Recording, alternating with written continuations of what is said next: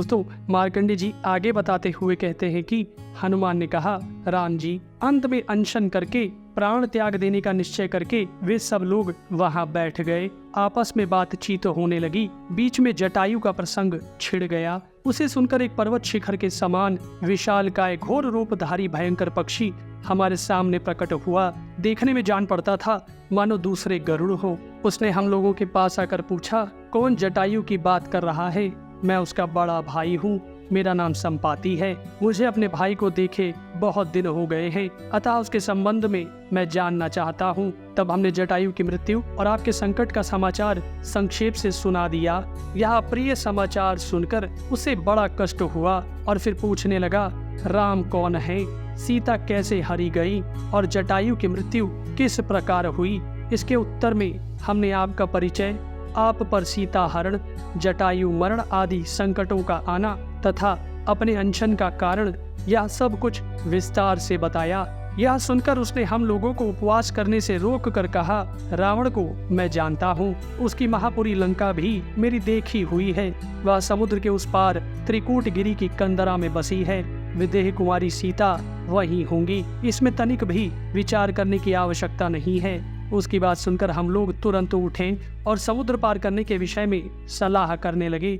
जब कोई भी उसे लांघने का साहस ना कर सका, तब मैं अपने पिता वायु के स्वरूप में प्रवेश करके 100 योजन विस्तृत समुद्र लांघ गया। समुद्र के जल में एक राक्षसी थी, जाते समय उसे भी मार डाला। लंका में पहुंचकर रावण के अंतःपुर में मैंने पतिव्रता सीता का दर्शन किया। वे आपके दर्शन की लालसा से बराबर तप और उपवास करती रहती हैं। उनके पास एकांत में जाकर कहा, देवी, मैं श्री रामचंद्र जी का दूत एक वानर हूँ, आपके दर्शन के लिए आकाश मार्ग से यहाँ आया हूँ। दोनों राजकुमार श्री राम और लक्ष्मण कुशल से हैं। वानरा सुग्रीव इस समय उनके रक्षक है। उन सब ने आपका कुशल समाचार पूछा है। अब थोड़े ही दिनों में वानरों की सेना लेकर आपके स्वामी यहाँ पधारने वाले हैं। आप मेरी बातों पर विश्वास करें, मैं राक्षस नहीं हूँ। सीता थोड़ी देर तक विचार करके बोली, अविंध्य के कथानुसार मैं समझती हूँ तुम हनुमान हो। उसने तुम्हारे जैसे मंत्रियों से युक्त सुग्रीव का भी परिचय दिया है। महाबाहो, अब तुम भगवान राम के पास जाओ।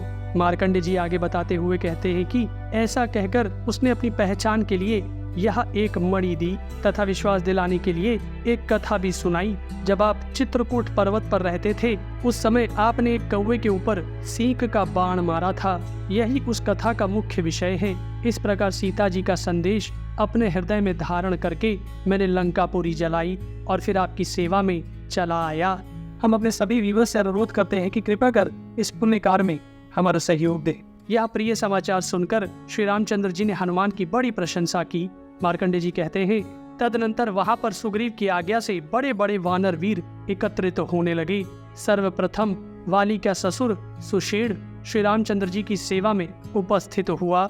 उसके साथ वेगवान वानरों की सहस्त्र करोड़ सेना थी। महाबलवान गज और गवय 100 करोड़ सेना लेकर आए। गवाक्ष के साथ 6 सहस्त्र करोड़ वानर थे।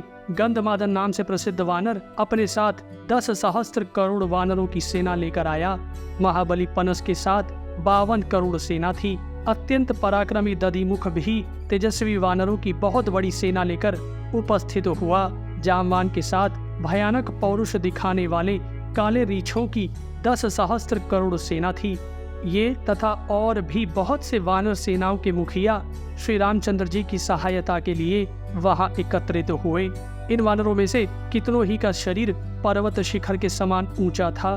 कई भैंसों की तरह मोटे और काले थे। कितने ही शरद ऋतु के बादल जैसे सफेद थे। बहुतों का मुख सिंदूर के समान लाल था।